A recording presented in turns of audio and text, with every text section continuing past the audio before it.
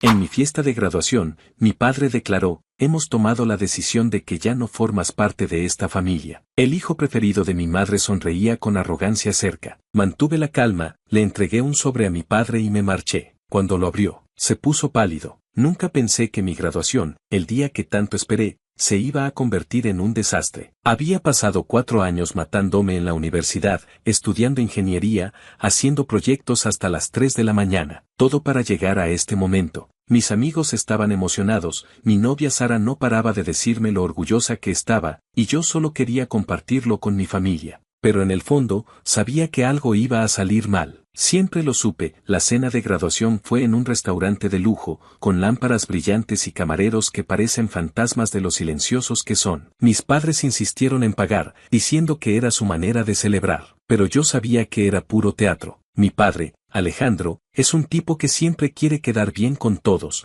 un empresario con una sonrisa que engaña. Mi madre, Laura, es su sombra, siempre de acuerdo con él, siempre asegurándose de que todo parezca perfecto. Y luego está mi hermano menor, Nicolás, el hijo estrella, el que nunca hace nada mal. Yo, Manuel, siempre fui el que sobraba, desde chico sentí que no encajaba. Mi padre quería que estudiara derecho, como él, para seguir sus pasos en su bufete, pero a mí me gustaba la ingeniería, construir cosas, resolver problemas. Para él, eso era una pérdida de tiempo. No es serio, decía. Mi madre nunca me defendió, siempre estaba ocupada alabando a Nicolás, que a sus 19 años ya estaba en derecho y era el orgullo de la familia. Esa noche llegué al restaurante con Sara. Ella estaba hermosa, con un vestido azul que parecía brillar. Mis amigos, Diego y Sofía, ya estaban allí. Diego me dio un abrazo que casi me tumba. Lo hiciste, crack, dijo, riendo. Sofía me dio un llavero con un tornillo pequeño. Para el mejor ingeniero, dijo, sonriendo, todo iba bien. La comida estaba increíble,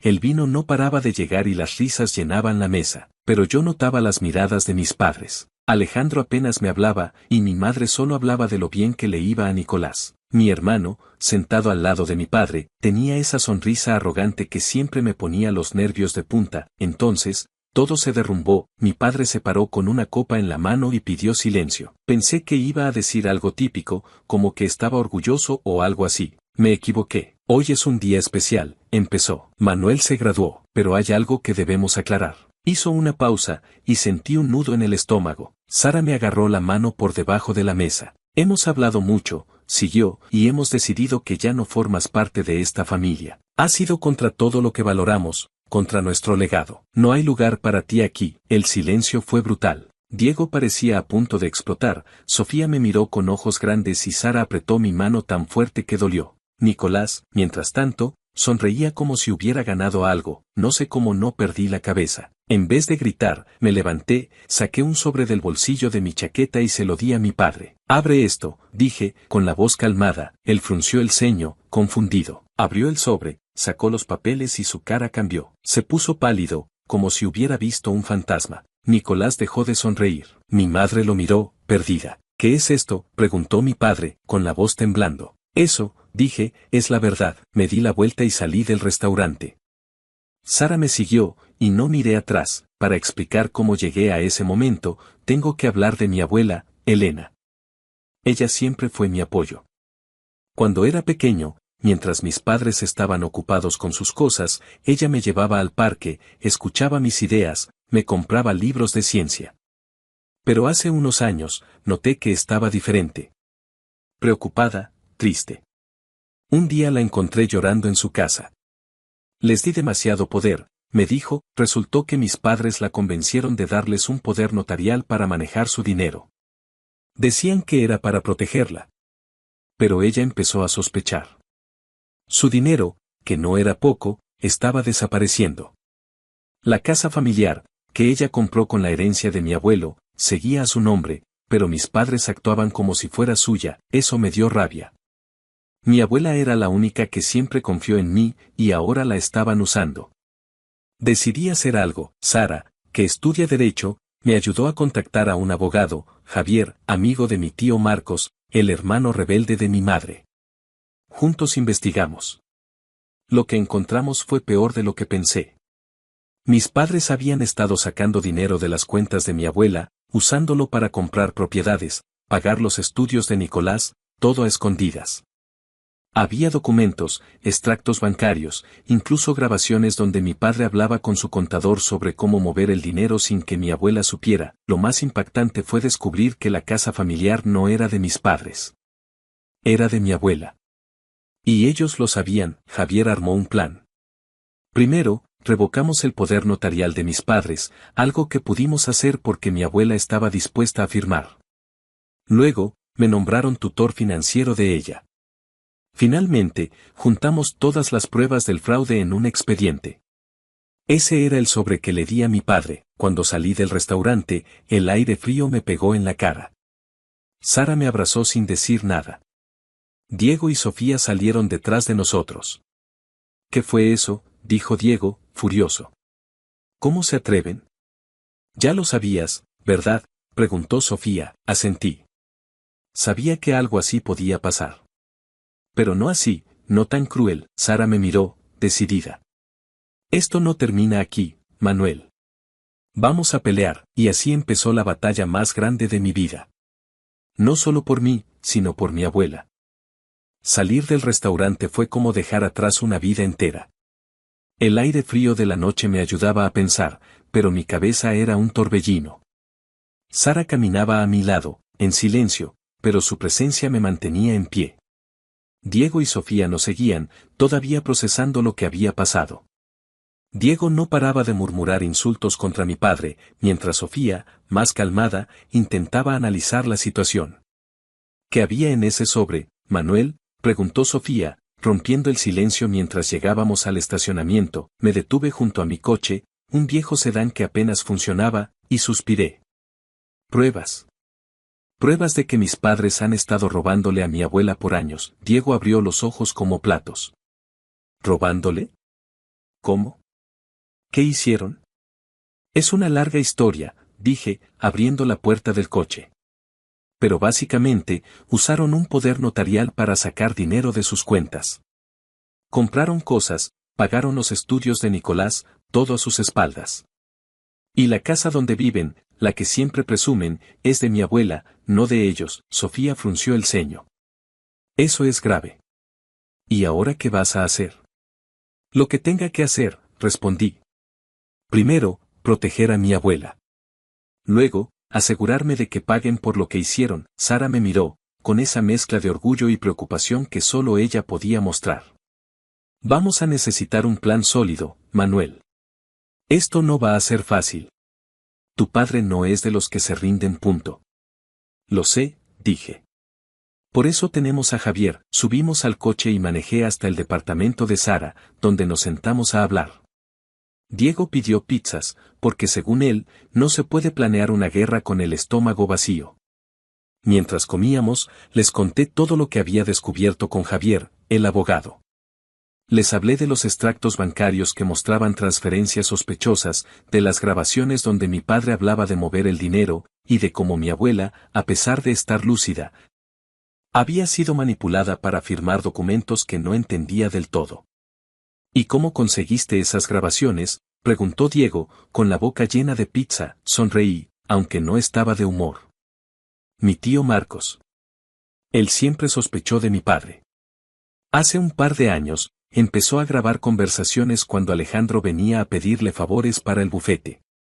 Marcos no es tonto, sabía que algo no estaba bien. Me pasó las grabaciones cuando le conté lo de mi abuela. Sofía sintió. Tu tío es un genio. Pero, Manuel, esto va a ser una pelea dura. Tu padre tiene contactos, dinero, poder. ¿Estás seguro de que quieres meterte en esto? Miré a Sara, que estaba sentada a mi lado, y luego a mis amigos. No tengo opción. Mi abuela es lo primero. Si no hago nada, la van a dejar sin nada. Sara puso su mano sobre la mía. No estás solo. Vamos a ayudarte. Yo puedo trabajar con Javier en la parte legal. Mis profesores de la facultad también pueden darnos una mano. Diego levantó su refresco como si fuera una copa de vino. Y yo me encargo de la moral. Si necesitas que alguien le pinche las llantas al coche de Nicolás, solo dime. Todos reímos, aunque la situación no tenía nada de graciosa. Pero así era Diego, siempre encontraba la manera de aligerar el ambiente. Los días siguientes fueron un torbellino. Me mudé temporalmente a la casa de mi abuela para estar cerca de ella. Su casa era pequeña, acogedora, llena de fotos viejas y muebles que olían a madera antigua. Cada vez que entraba, sentía una calma que no podía explicar. Pero también veía la preocupación en sus ojos. Manuel, no quiero que te pelees con tu familia por mí, me dijo una mañana mientras desayunábamos. Estaba cortando una manzana con cuidado, como si cada movimiento fuera un ritual. No es una pelea, abuela, respondí. Es hacer lo correcto. Ellos no debieron tocar tu dinero, ella suspiró, y por un momento pensé que iba a discutir. Pero en vez de eso, me tomó la mano y sonrió. Siempre supe que eras diferente. Tienes el corazón de tu abuelo, eso me dio fuerza. Pero también sabía que la pelea apenas comenzaba. Javier me llamó esa misma tarde para decirme que había presentado los documentos para revisar el poder. No también estaba preparando una demanda por fraude financiero, pero me advirtió que sería un proceso largo. Tu padre va a contraatacar, dijo Javier por teléfono. Es un abogado con experiencia, y tiene recursos. Necesitamos estar preparados para todo punto. ¿Qué tan malo puede ponerse?, pregunté. Javier hizo una pausa. Depende de cuánto esté dispuesto a ensuciarse. Pero con las pruebas que tenemos, no tiene mucho margen. La casa es el punto clave. Si logramos demostrar que es de tu abuela, ellos pierden su fachada perfecta. Esa noche, Sara vino a la casa de mi abuela con un montón de libros de derecho y su laptop. Estaba decidida a ayudarme a revisar cada detalle del caso. Mientras trabajábamos en la mesa del comedor, mi abuela nos trajo café y galletas, como si fuéramos estudiantes preparando un examen. ¿Estás segura de que quieres meterte en esto?, le pregunté a Sara, mientras ella subrayaba un párrafo en un libro. Ella levantó la vista y sonrió. Manuel, si no estuviera aquí, estaría preocupada todo el tiempo. Además, esto es personal. Tu padre me miró como si fuera basura en esa cena. No se la voy a dejar pasar, reí, porque era verdad. Sara no era de las que se quedaban calladas. Unos días después, recibí un mensaje de mi padre. Era corto y directo: tenemos que hablar. Ven a la casa mañana a las 6. Sabía que no era una invitación amistosa. Sara y Javier me aconsejaron no ir solo, pero decidí que era mejor enfrentarlo. No quería que pensara que le tenía miedo. Llevé a Diego conmigo, porque aunque no era abogado, su presencia siempre me hacía sentir más seguro. Cuando llegamos a la casa familiar, mi padre estaba en la sala, sentado en su sillón favorito como si fuera un rey en su trono. Mi madre estaba a su lado, con los brazos cruzados, y Nicolás estaba en el sofá, con esa misma sonrisa arrogante. ¿Qué quieres, Manuel?, dijo mi padre, sin siquiera saludar. Ya lo sabes, respondí. Quiero que dejen de aprovecharse de mi abuela. Ese sobre que te di lo explica todo. Su cara se endureció. Eso fue un error. Esos documentos no prueban nada. Y si sigues con esto, vas a destruir esta familia. Punto. Destruir, dije, sintiendo la rabia subir. Tú empezaste esto cuando decidiste robarle a tu propia suegra. Mi madre intervino, con la voz temblorosa. Manuel, no hagas esto más difícil. Todo lo que hemos hecho es por el bien de la familia. Punto. ¿Por el bien de quién?, repliqué. ¿De Nicolás? ¿De ustedes? Porque no fue por mí, y seguro que no fue por la abuela. Nicolás se levantó, apuntándome con el dedo. Tú siempre has sido el problema, Manuel. Nunca encajaste. Siempre quisiste hacer las cosas a tu manera, y ahora estás inventando historias para quedar bien. Diego dio un paso adelante, pero lo detuve con un gesto. No quería que esto se convirtiera en un circo.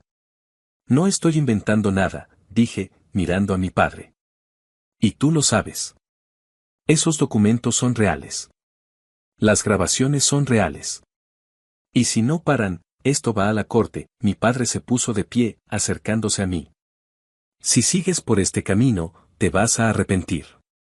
No tienes idea de con quién estás jugando, no respondí. Solo lo miré a los ojos, di media vuelta y salí. Diego me siguió, murmurando algo sobre cómo quería darle un puñetazo a Nicolás. Los días se convirtieron en semanas, y la tensión no hacía más que crecer.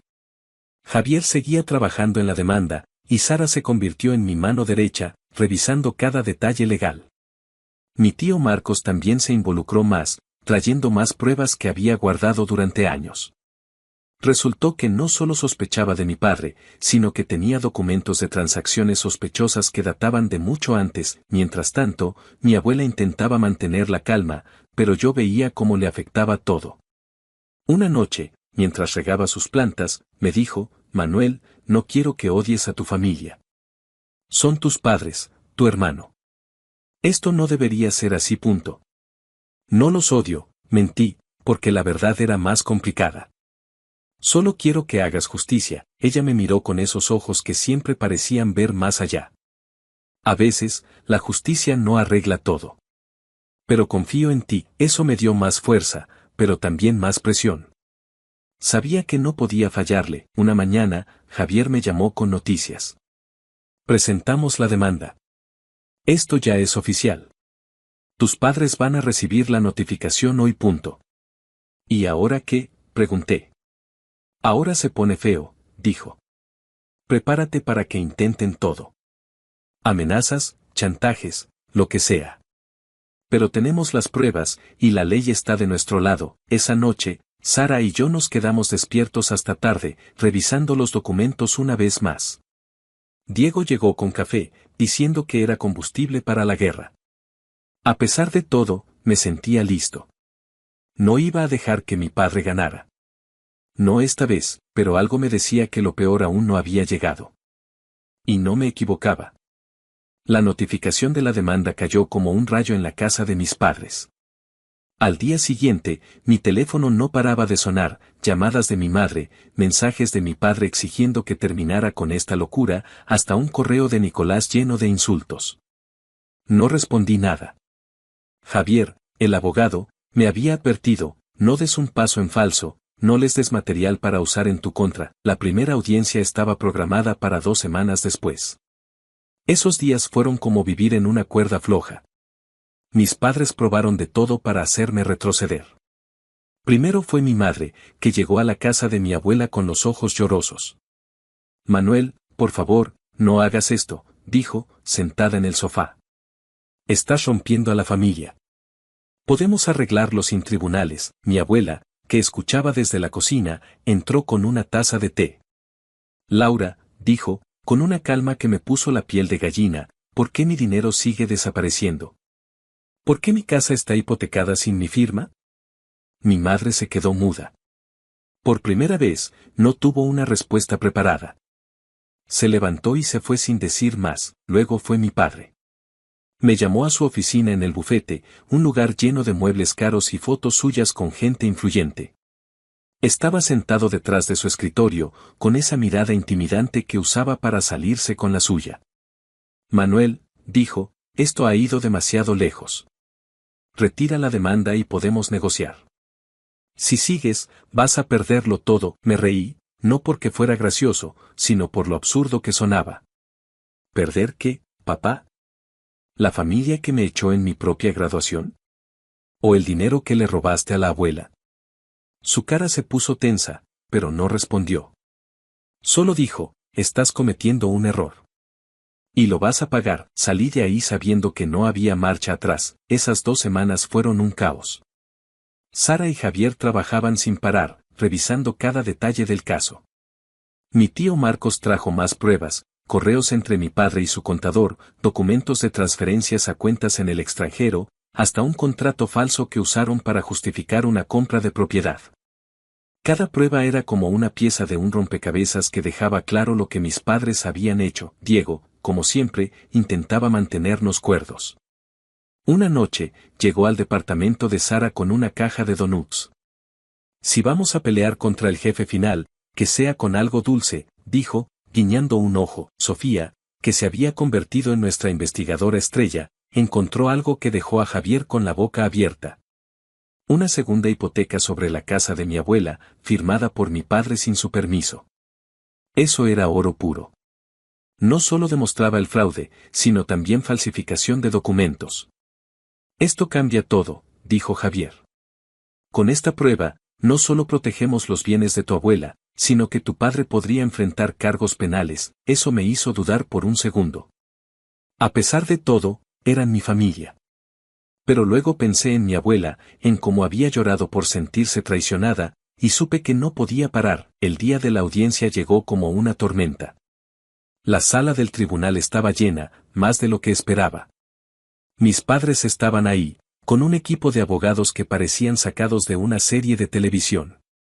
Mi padre, con su traje impecable, actuaba como si nada pudiera tocarlo. Mi madre, a su lado, miraba al suelo. Nicolás no estaba, lo cual me pareció raro, pero no tuve tiempo de pensar en eso. Javier presentó nuestro caso como si hubiera nacido para eso. Mostró los documentos, reprodujo las grabaciones, explicó cada movimiento de dinero.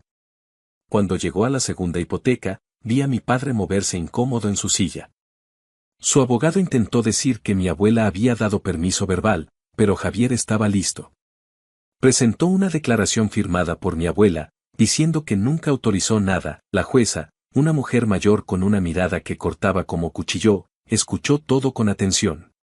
Al final, dijo que necesitaba revisar las pruebas, pero dejó caer una frase que hizo temblar a mi padre. Esto podría tener consecuencias más allá de lo civil. Salí de la corte agotado pero aliviado. Sara me abrazó y Diego me dio una palmada en la espalda. Eso fue como una película, dijo, como si hubiéramos ganado un partido. Pero yo sabía que la pelea no terminaba ahí. Unos días después, recibí una llamada de Nicolás. Quería verme en un café en el centro, un lugar neutral. Algo en su voz sonaba diferente, menos arrogante. Acepté, pero les dije a Sara y Diego que estarían cerca por si acaso. Cuando llegué, Nicolás estaba en una mesa al fondo, sin su sonrisa de siempre. Se veía agotado, como si no hubiera dormido en días. Manuel, dijo, sin mirarme a los ojos. Tenemos que hablar. Di lo que quieras, respondí, cruzándome de brazos. Hizo una pausa, como si las palabras le pesaran. No sabía todo lo que estaba pasando. Pensé que papá lo tenía todo controlado, que era solo negocios. Pero cuando vi los documentos, las grabaciones, me di cuenta de que estaba equivocado. No sabía si creerle. Nicolás siempre había sido el favorito, el que seguía a mi padre sin dudar. Pero algo en su tono me hizo escuchar. No digo que soy inocente, continuó. Disfruté de lo que teníamos. La universidad, el coche. Pero no quiero ser parte de esto. No quiero que la abuela pague por lo que hicieron. ¿Y qué quieres que haga?, pregunté. La demanda ya está en marcha. No te pido que la retires, dijo. Solo quiero que sepas que no estoy contra ti. Y, lo siento. Por esa noche en la cena, por no decir nada, por primera vez en años, sentí que mi hermano no era mi enemigo. No estaba seguro de si era sincero, pero quise creerle. Si lo sientes de verdad, dije, habla con la abuela. Haz que sienta que no perdió a todos, asintió, y por un momento, vi al Nicolás de cuando éramos niños, cuando corríamos juntos por el patio de la abuela. Lo haré, dijo. Un mes después, llegó la decisión de la jueza. Fue una victoria completa. La corte anuló todas las transacciones fraudulentas, la casa volvió al control de mi abuela y las cuentas de mis padres fueron congeladas mientras se investigaba el fraude. Javier me dijo que mi padre podría enfrentar cargos penales, pero eso dependería de los fiscales. Mi madre intentó contactarme varias veces, pero no respondí. No estaba listo para hablar con ella. Mi padre, por su parte, se desvaneció. Escuché que estaba negociando con los fiscales, pero no me interesaba. Ya no tenía poder sobre mí, lo que más importaba era mi abuela. La ayudé a reorganizar sus finanzas, con Javier guiándonos. Contratamos a un administrador independiente para que nadie más pudiera aprovecharse de ella. Verla sonreír de nuevo, regando sus plantas y contando historias de mi abuelo, fue como recuperar un pedazo de mi infancia. Una tarde, mientras tomábamos café en su porche, me tomó la mano. Gracias, Manuel, dijo. Por no rendirte. No lo hice por mí, respondí. Lo hice por ti, ella rió. Lo sé. Pero también lo hiciste por ti. Y estoy orgullosa, han pasado meses desde entonces. Ahora vivo con Sara en un departamento pequeño, trabajando como ingeniero en una empresa que me deja crear. Diego y Sofía siguen siendo mis mejores amigos, siempre listos para hacerme reír o ayudarme a no tomarme la vida tan en serio. Mi abuela está bien, más fuerte que nunca. Nicolás, para mi sorpresa, empezó a visitarla. No somos los hermanos de antes, pero hablamos. Poco a poco, estamos reconstruyendo algo. La noche de mi graduación todavía duele, pero ya no me controla. Encontré paz protegiendo a mi abuela y eligiendo mi propio camino. No sé qué pasará con mis padres, pero por primera vez, no siento que tengo que demostrarle nada a nadie. Eso, para mí, es suficiente.